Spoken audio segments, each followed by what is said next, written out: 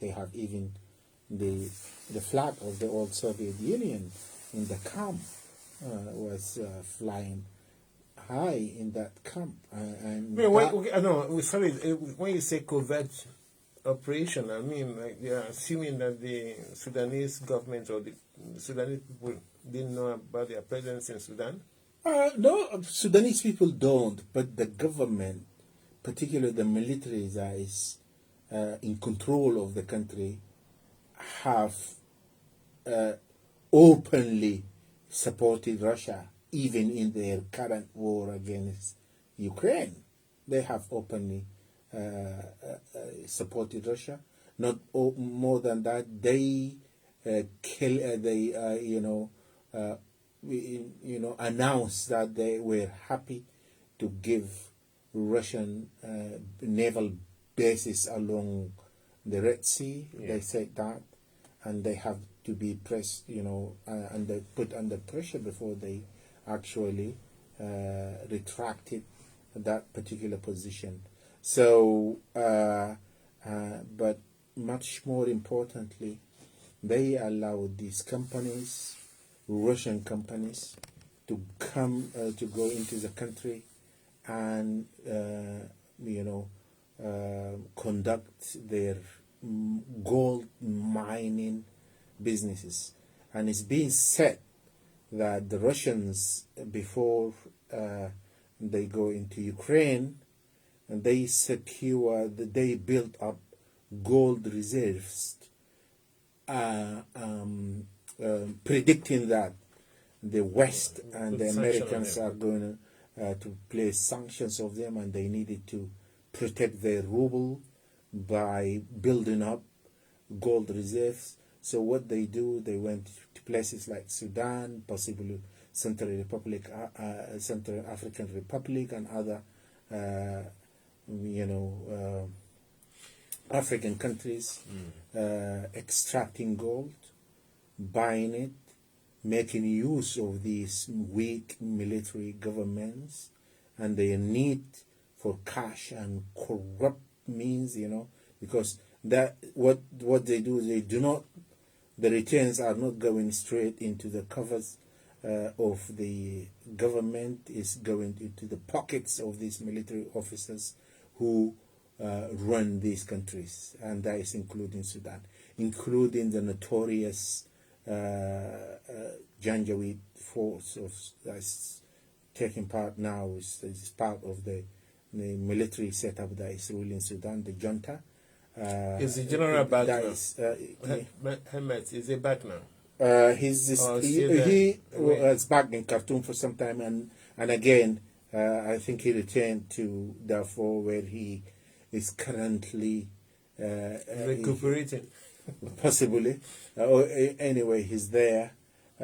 We don't know, but most likely the reason why he's there is they have a lot of differences between himself and the commander, General Boran, the commander of the main branch of the army, the conventional Sudanese army. That is the commander of it, General Boran. So a lot of differences in that military council that is ruling the country. So he decided to voluntarily to subside, or possibly just to retreat and, as you said, recuperate. Yeah. Is it possible that de facto the militia general Hemeti is running the country? He is of great influence, both militarily, politically, and also economically, because he is on top of this huge business empire and his main activity is gold mining, and Sudan is one of the richest country in terms of gold reserves, and he has other businesses as well, including exports and imports of many other commodities. Is it possible that he might have this contract with the Wagner Group without General Bonham knowing? No. So it's that's not in possible. collusion. Because General Burhan himself is in control of a large military economic empire himself. Because you know why I'm asking this question? Because I think it was last week or 2 weeks ago when he said he would not, the foreman, Hemeti. he would not allow Sudan to go down. If General Bonham is probably hesitating or doesn't want to perform his job, he's ready to step in. That's a direct statement. Well, the guy, And the beggars the question: who is running? He's never been tired of promoting himself. Who is running Sudan? Well, this is what he always says: I'm there. I'm a nationalistic, because even his very, belonging to the country is questioned by many people, because people do not know, he's from obscure sort of origins. People do not know which school he went to, and where he was born. We know the fact that he is from a tribe or tribal setting that is between Sudan and Chad, but most people would suggest that he is originally Chadian and then moved. Oh, don't tell me that we have that same with you have this in Nigeria as well. This article is from Cameroon and all this stuff. However, rightly or wrongly, his origin have always been questioned. That is why he's very keen every time to put this sort of arm, keen on the interests of the country, from purely nationalistic point of view. It's because my love for my country, and so he's very keen to say this.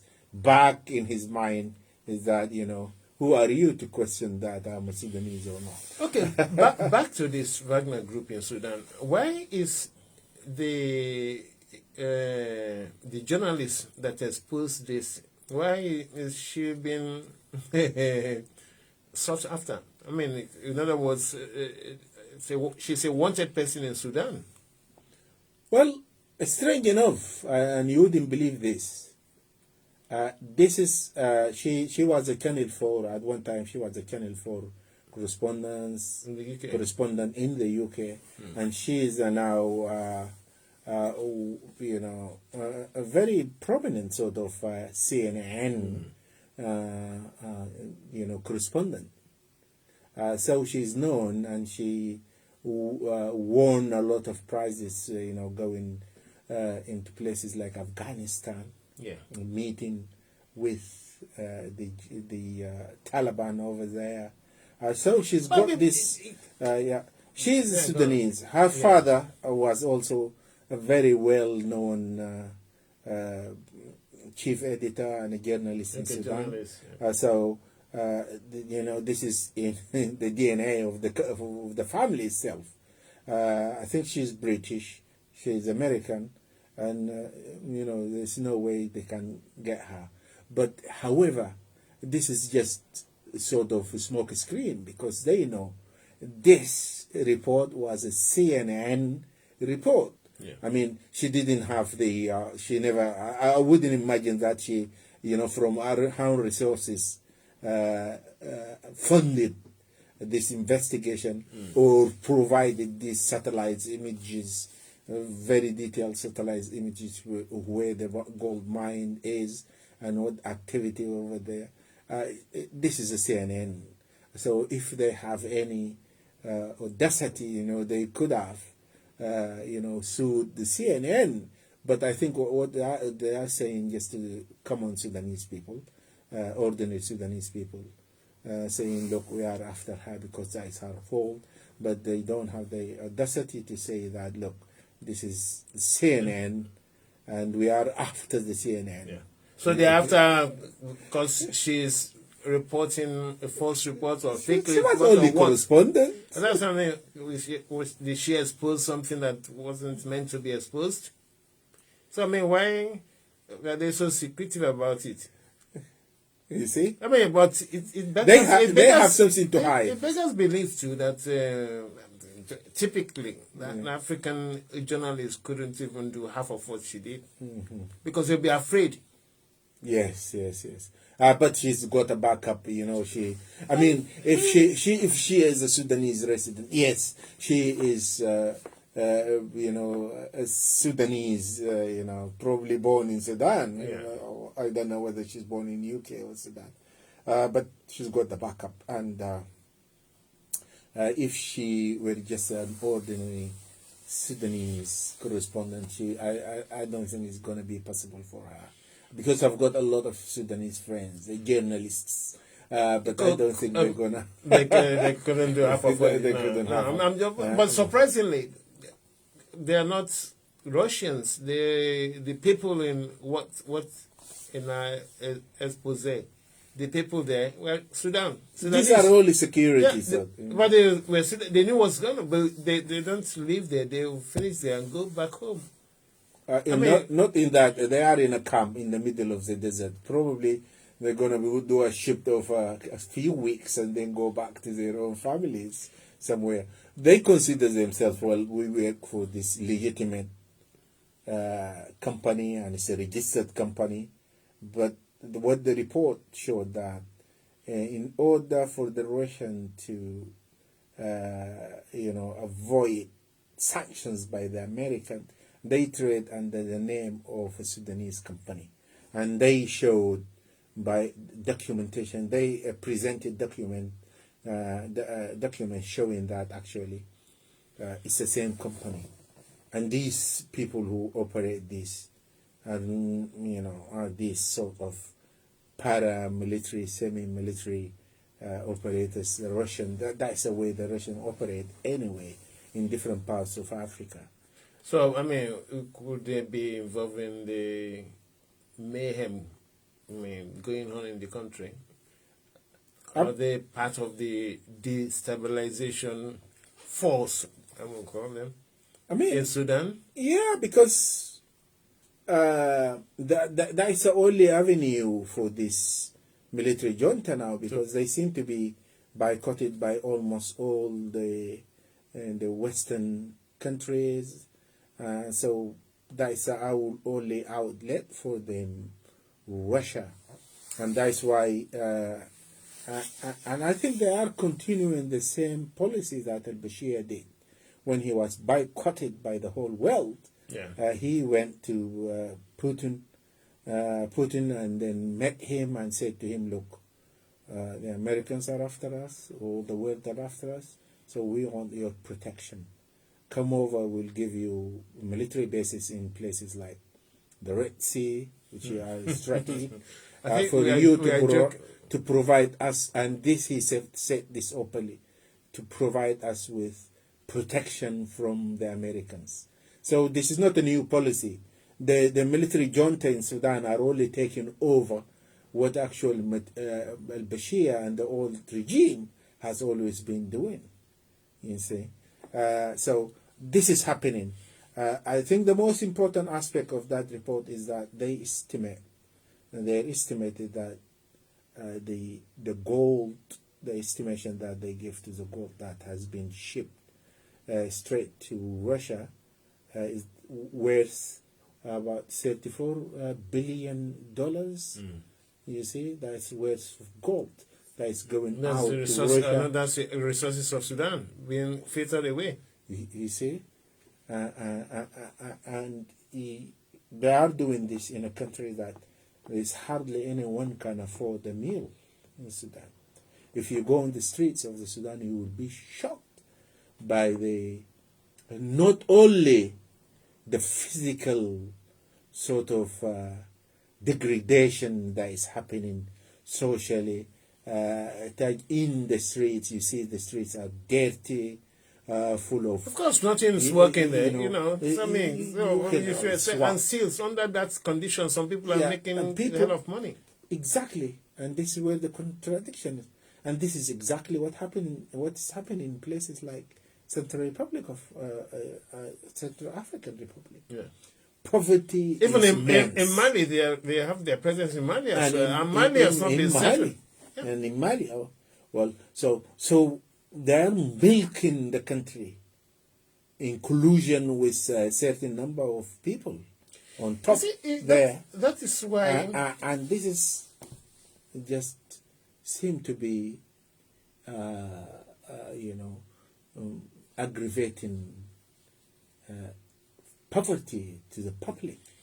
Yeah, you know, that's why I find it very difficult to reconcile what African Union can do vis-a-vis sovereignty of a nation, of an African nation.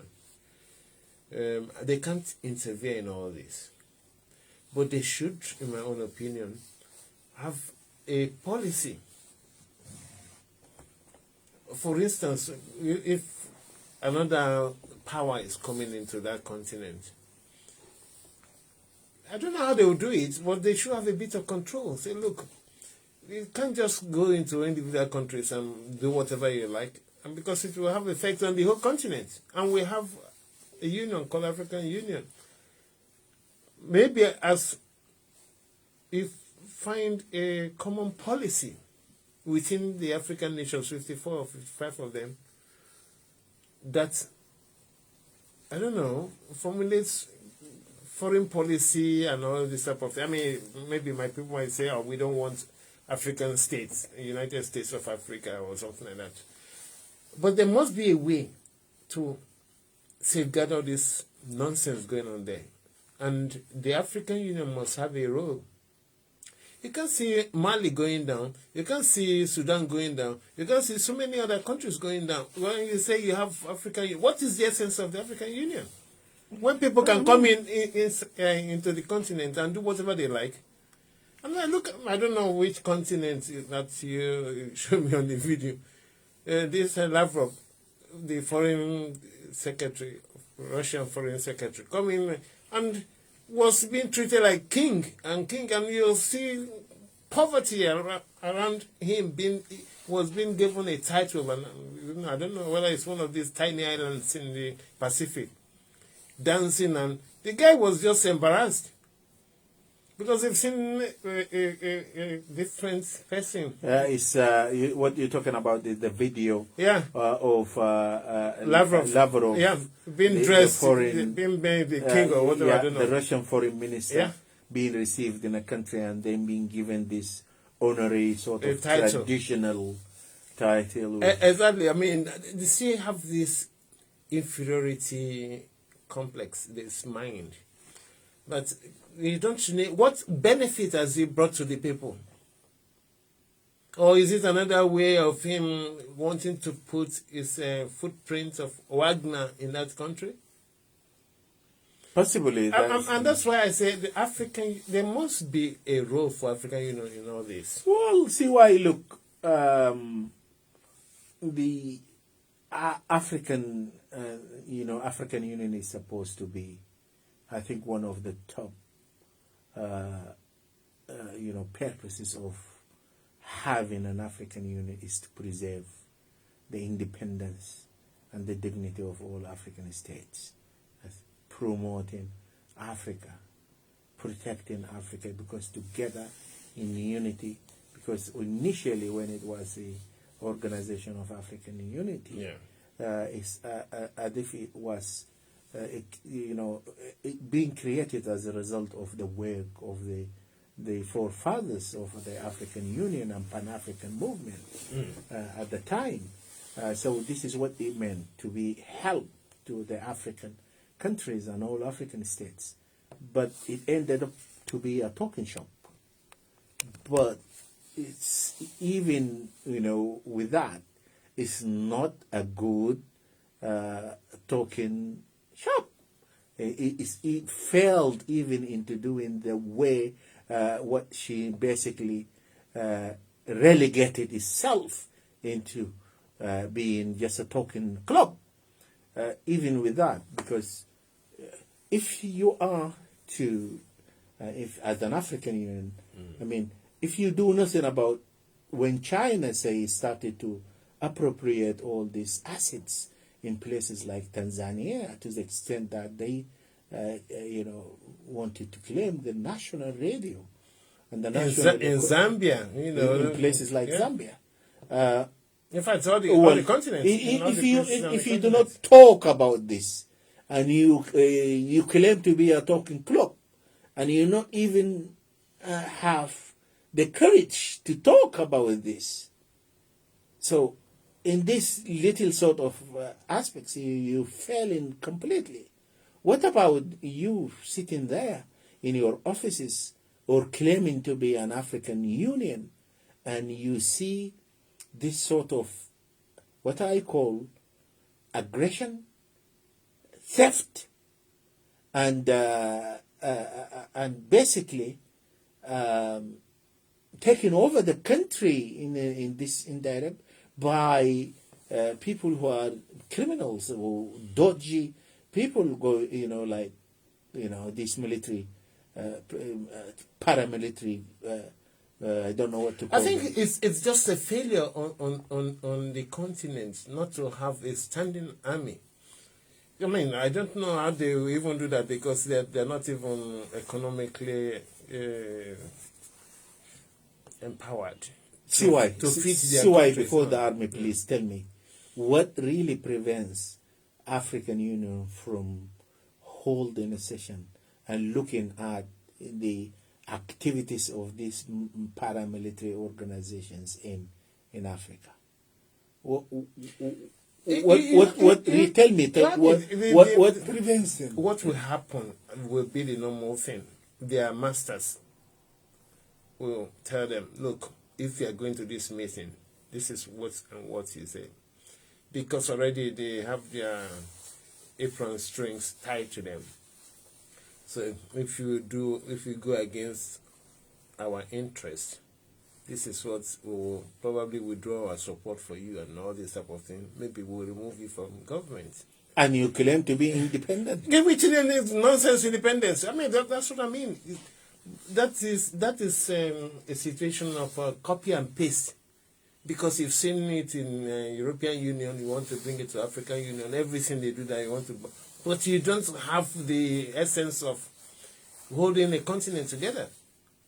I mean, look at what we mentioned. DRC, was it last week or 2 weeks ago? Yeah, it's a pity when you still have a collection of bad people in this world operating in DRC, Democratic Republic of Congo. But you have African Union there. You have Wagner going all around the place, stealing the resources. The African Union is still there. Nothing. Now you want to do... No wonder the Continental African Free Trade Zone is not even having any effect on anything. They keep on going above the citizens. Where the citizens want to be safeguarded, be economically empowered. But no. And you wonder why is the African Union there? Why does it exist in the first place? I just don't know. Yeah, if it failed even to announce, principally, I mean, the independence, to keep and preserve the independence of the countries, safeguard the independence of these African countries, because you cannot have freedom if if you have like military, paramilitary organization working in your country, and you cannot have even control over yourself or where you go, or where you stay, or what your country. What's the point? They feed on the greed, on the corruption of mind of the Africans. That is why they get away with all this.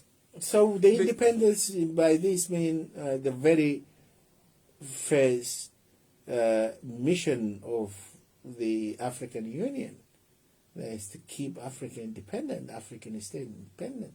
And they are failing because now they're completely compromised by the fact that, I mean, when a typical African is still feeling subservient to someone non-African, then there must be something wrong, because he cannot feel proud of being an African, because Africa is just like, what do you call it? A place where people go and grab as much as possible. Even Africans themselves grab as much and abandon the continent. So they see all that. They will know. Look at this. After all, I know your price. Exactly. Tell me your price. I know. I know what I can get from you, and they can't get it elsewhere. So they go there, and the stupid, because African president or whoever is looking for a house, is looking for something to feed in children. What's forgetting that one day his life will go, and all those things will be meaningless to him. So I'm not trying to be pessimistic, CY, but I am. By the look of very it, frustrated. well, I don't want to sound. I'm frustrated Yeah. as well. But by the look of it now, the pressure is building on Western government by activists like us and by other organizations, local organizations, looking after people who steal resources from Africa, particular Africans who were in a position of power in Africa, and they steal money and bring it to Europe. They seem to be increasingly under pressure and exposure by different agents, local Africans who live in Europe, Yeah. or organizations that is working for the well-being of the African. I acknowledge that, Yeah. but So, it will take some time. My point is that the more pressure that is created in this way, they will start now, the movement, they may start to avoid now being anything to do with West and the banks here. And Russia now, probably looking at Taiwan, issues to do with Taiwan, probably the alliance between the Russians and the Chinese in the face of the Taiwan crisis, they will create a parallel system, financially, economically. This is the world seems to be going towards this again. So you've not polarized. So the Africans. You've not finished the issue of Ukraine. Everybody, if they are starving in their country, they will say it's Ukraine-Russian conflict.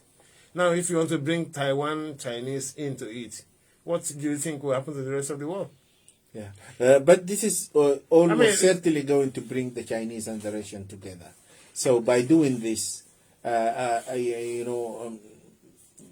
pole is going to be created. We are all... and the African, I don't care what happens there, but for us as African and for all African people, by the look of it, this is a new hiding place for all this corrupt, and the presence of people like Wagner in